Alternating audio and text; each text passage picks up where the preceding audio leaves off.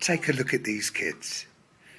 From an outsider's point of view, they look like any other baby you might see in a family, or maybe even your own. But they all have one thing in common. They've all been abandoned. This is a tragedy that has been happening in India on such a pandemic level over the years. Snehalaya felt that something had to be done. Hence, Snehankur. The Snehankur Adoption Centre was launched in 2004 for abandoned infants, many by unwed mothers, rape victims, or people from families from poor economic backgrounds. Snehankur works alongside Snehalaya's other initiative, Snehalaya, providing counselling support for victimised women. One of Snehankur's residents is this 7-year-old girl.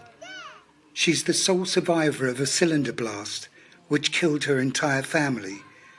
She was left with 72% burns. After undergoing extensive medical surgery and with Snehankur's care, she has made 100% recovery. Since 2004, there have been 352 adoptions, bringing joy and happiness to each family and drastically changing the lives and destinies of each of these infants. But why are so many infants being abandoned? They are often the products of women who have been raped, or simply a family can't afford to keep them. This is often the case with female infants. It is said that India is the most dangerous place to be a girl.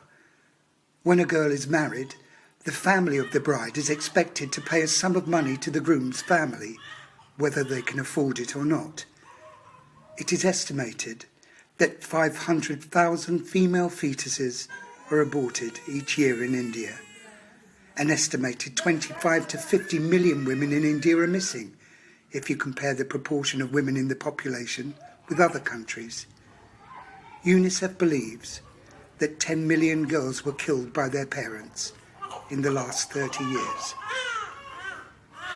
All too often a child is abandoned because they are handicapped or have a deformity of some kind. This was certainly the case with Snehankur's latest recruit, baby Ajit. He was found in a temple 60 kilometres from Ahmednagar. When he was rescued, it was clear he had been infested by an army of red ants. Snehankur were alerted to his plight, and they immediately came to his aid, giving him the vital life support that he needed. He is now a happy, healthy child, and in a few weeks Snehankur will be taking him for corrective surgery on his mouth to ensure a quality of life for his future. Such is the scale of the problem. Snehankur is finding it increasingly hard to keep up with the demand in their small premises for its much-needed cradles for the babies. And at times, they have no other choice but to refer them to another service.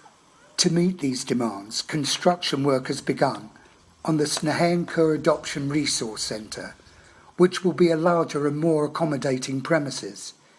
It will have the latest in up-to-date high-tech equipment, including incubators and ventilators.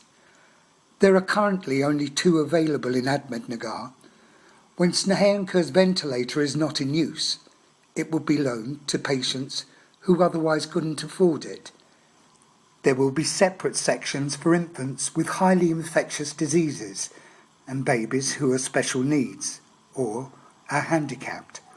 All medical expenses will continue to be free of cost.